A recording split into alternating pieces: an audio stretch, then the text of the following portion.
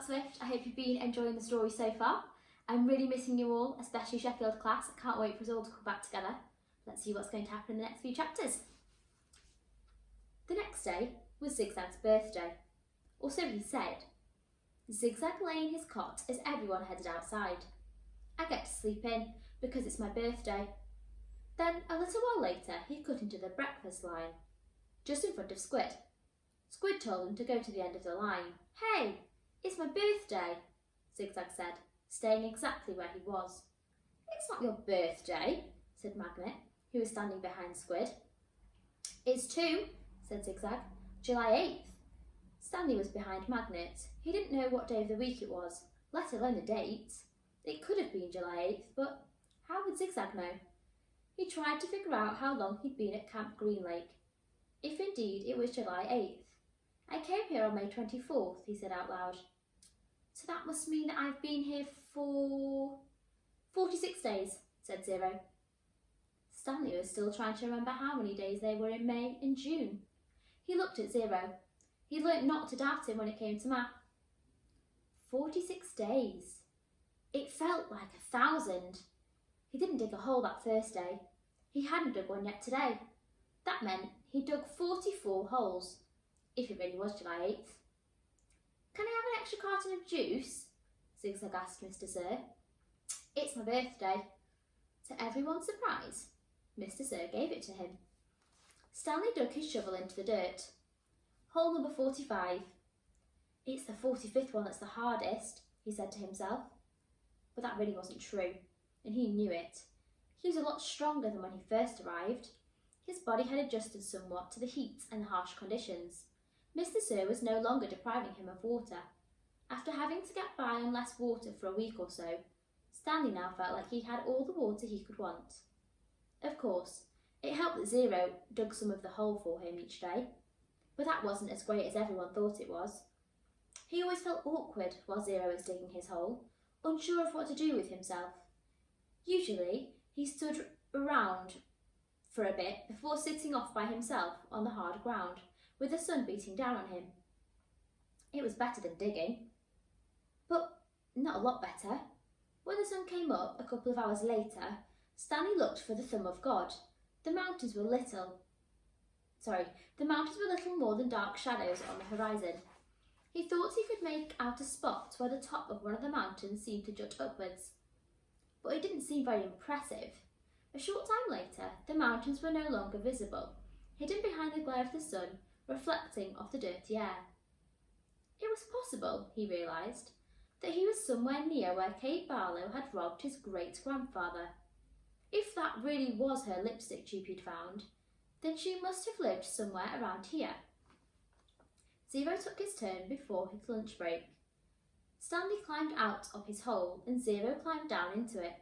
"Hey, caveman," said Zigzag, "you should get a whip. Then if your slave doesn't dig fast enough, you can crack it across his back."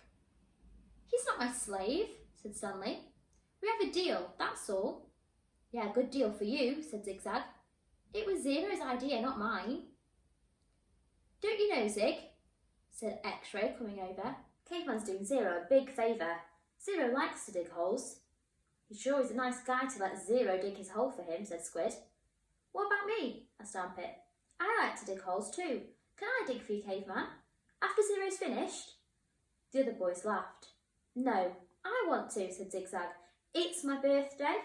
Stanley tried his best to ignore him. Zigzag kept at it. "Come on, Caveman, come on, be a pal. Let me dig your hole." Stanley smiled, as if it were all a big joke. When Mr. Podansky arrived with water and lunch, Zigzag offered Stanley his place in the line. "Since you're so much better than me," Stanley remained where he was. "I didn't say I was better." "You're insulting him, Zig," said X-Ray. "Why should Caveman take your space when he deserves to be at the very front? He's better than all of us, aren't you, Caveman?" "No," said Stanley. "Sure you are," said X-Ray. "Now come to the front of the line where you belong." "No, that's okay," said Stanley. "No, it's not okay," said X-Ray. "Get up here." "Well, this is a first," Mr. Podansky said. Coming round the side of the truck, he filled Stanley's canteen and handed him a sack of lunch. Stanley was glad to get away. He sat down between his hole and Zero's. He was glad that he'd been digging his own hole for the rest of the day. Maybe the other boys would leave him alone. Maybe he shouldn't let Zero dig his hole for him anymore. But he needed to save his energy to be a good teacher. He bit into his sandwich, which contained some kind of meat-cheese mixture that came in a can. Just about everything at Green Lake came in a can. The supply truck came once a month. He glanced up to see Zigzag and Squid walking towards him. "I'll give you my cookie if you let me dig your hole," said Zigzag. Squid laughed. "Here, take my cookie," said Zigzag, holding it out for him. "No thanks," said Stanley. "Come on, take my cookie," said Zigzag, sticking it in his face. "Leave me alone," said Stanley. "Please eat my cookie," said Zigzag, holding it under Stanley's nose. Squid laughed. Stanley pushed it away. Zigzag pushed him back. "Don't push me." "I didn't." Stanley got to his feet. He looked round. Mr. Pedanski was filling Zero's canteen. Zigzag pushed him again. "I said don't push me." Stanley took a step backwards before carefully avoiding Zero's hole. Zigzag kept after him. He shoved Stanley and said, "Quit pushing." "Lay off," said Armpit, as he, Magnet and X-Ray joined them. "Why should he?" snapped X-Ray. "Caveman's bigger. He can take care of himself." "I don't want any trouble," said Stanley. Zigzag pushed him hard. "Eat my cookie," he said. Stanley was glad to see Mr. Pedanski coming towards them, along with Zero. "Hi, Mum," said Armpit. "We're just fooling around." "I saw what was going on," Mr. Pedanski said. He turned to Stanley. "Go ahead, Stanley," he said. "Hit him back. You're bigger." Stanley stared at Mr. Pedanski in astonishment. "Teach the bully a lesson," said Mr. Pedanski. Zigzag hit hard on the shoulder with his open hand.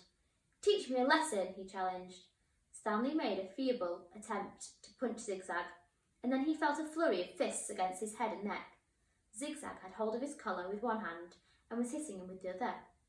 The collar ripped and Stanley fell backwards into the dirt. "That's enough," Mr. Pedanski yelled. That wasn't enough for Zigzag. He jumped on top of Stanley. "Stop!" shouted Mr. Pedanski. The side of Stanley's face was pressed flat against the dirt. He tried to protect himself, but Zigzag's fist slammed off his arms and pounded his face into the ground. All he could do was wait for it to be over.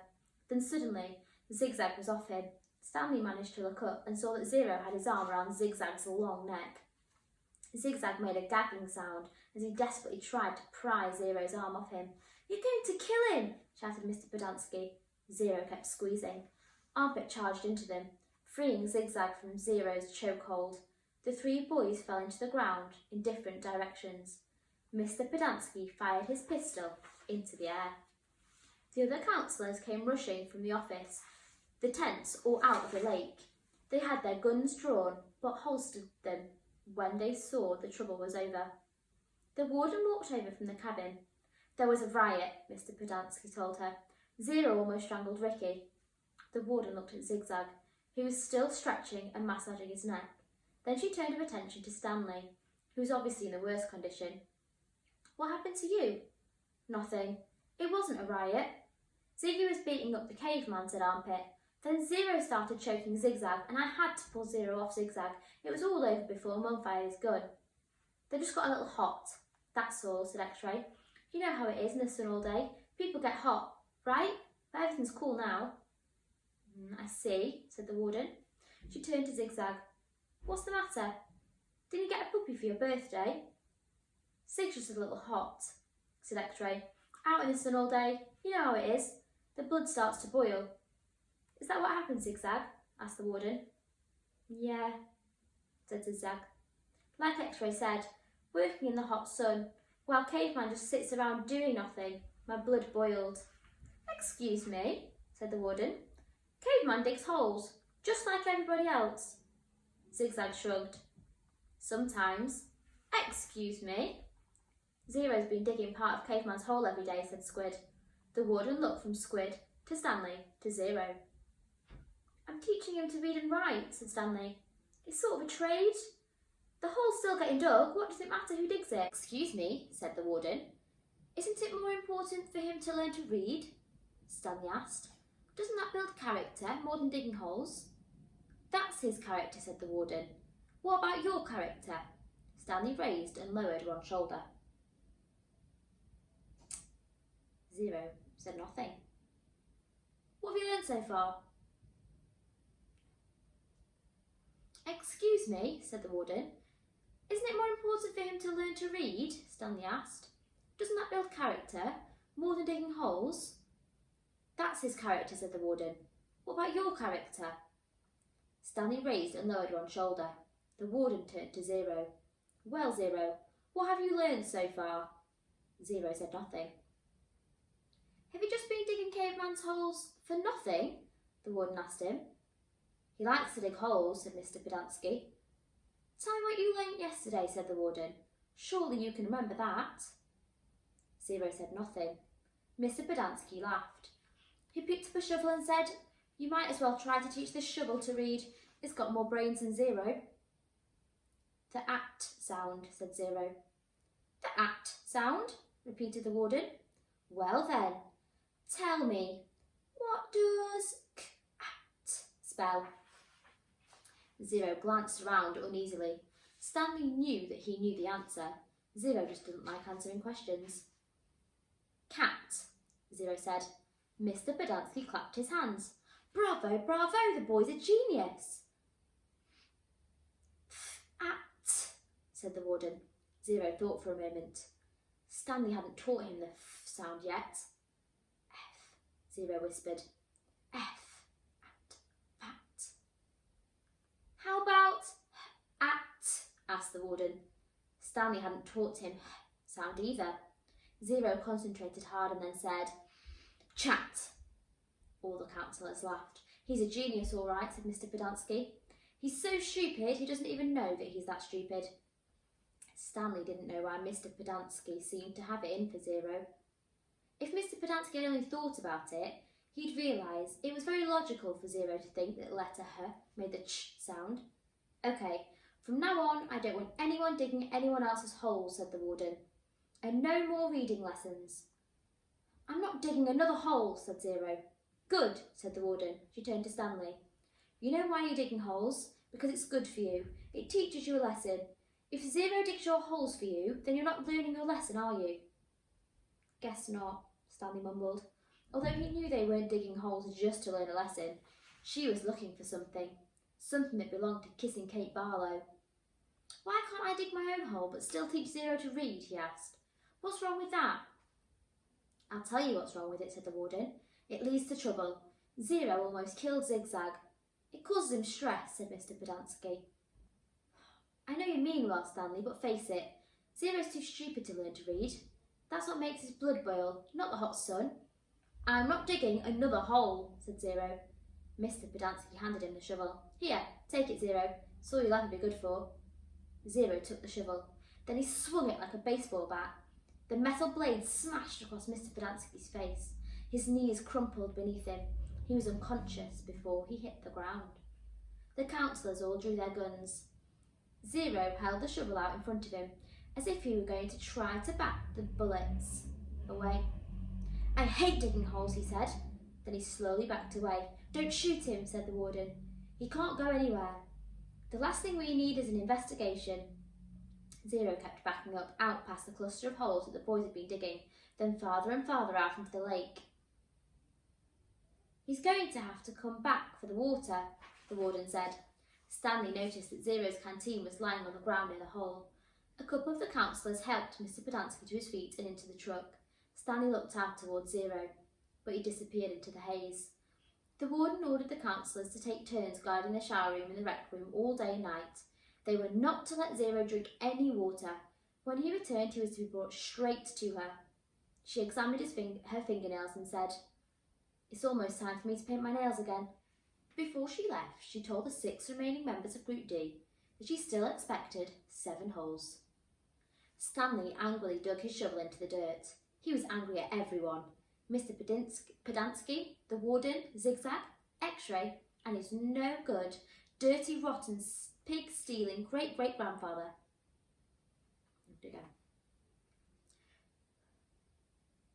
Before she left, she told the 6 remaining members of Group D that she still expected 7 holes. Stanley angrily dug his shovel into the dirt. He was angry at everyone. Mr. Pedanski, the warden, Zigzag, X-Ray, and his no-good, dirty, rotten, pig-stealing great-great-grandfather. But mostly, he was angry himself. He knew he never should have let Zero dig part of his hole for him. He still could have taught him to read. If Zero could dig all day and still have the strength to learn, then he should have been able to dig all day and still have the strength to teach. What he should do, he thought, was go after Zero, but he didn't. None of the others helped him to dig Zero's hole, and he didn't expect them to. Zero had been helping him dig his hole, and now he had to dig Zero's. He remained out in the lake digging during the hottest part of the day, long after everyone else had gone in. He kept an eye out for Zero, but Zero didn't come back. It would have been easy to go after Zero. There was nobody to stop him. He kept thinking that that's what he should do. Maybe they could climb to the top of Big Thumb, if it wasn't too far away, and if it was really the same place where his great-grandfather found refuge, and if 100 years ago water was still there.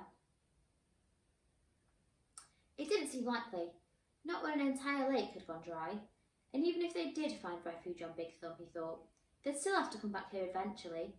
They'd still both have to face the warden and her rattlesnake fingers. Instead, he came up with a better idea. Although he didn't have it quite all figured out yet, he thought that maybe he could make a deal with the warden. He'd tell her where he really found the gold tube if she wouldn't scratch Zero. He wasn't sure how he'd make this deal without getting himself in deep trouble. She might just say, tell me where you found it or I'll scratch you too. Plus, it would mean X-Ray would get into trouble too. She'd probably scratch him up as well. X-Ray would be out to get him for the next 16 months. He dug his shovel into the dirt. By the next morning, Zero still hadn't returned. Stanley saw one of the councillors sitting guard by the water spout outside the shower wall. Mr. Podansky had 2 black eyes and a bandage over his nose. I always knew he was stupid, Stanley heard him say. Stanley was required to dig only one hole the next day. As he dug, he kept a constant watch out for Zero. Never saw him. Once again, he considered going out to the lake to look for him, but he began to realise that it was already too late. His only hope was that Zero had found God's thumb on his own. It wasn't impossible. His great-grandfather had found it. For some reason, his great-grandfather had felt the urge to climb to the top of that mountain. Maybe Zero would feel the same urge. If it was the same mountain. If water was still there. He tried to convince himself it wasn't impossible. There had been a storm just a few days ago. Maybe Big Thumb was actually some kind of natural water tower that caught and stored the rain. Wasn't impossible.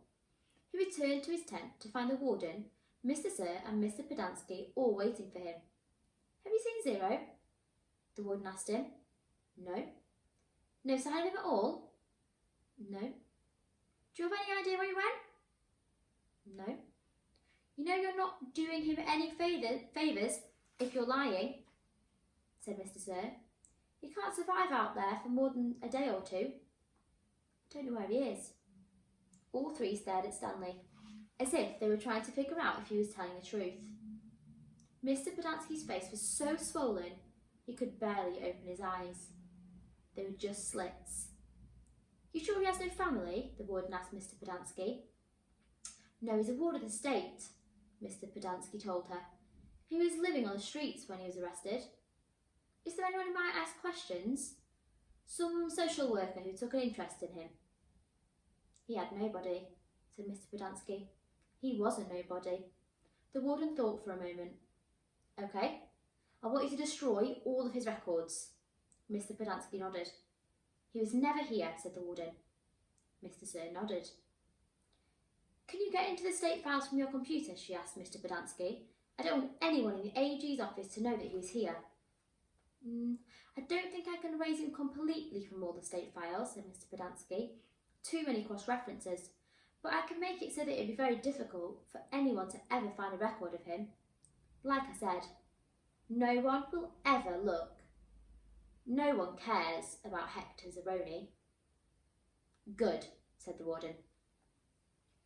Well, we're just going to have to wait and see till the next video whether or not they find Zero and whether or not Zero and Stanley see each other ever again. I hope you've enjoyed it. We miss you lots and lots and lots. Keep washing those hands. Bye.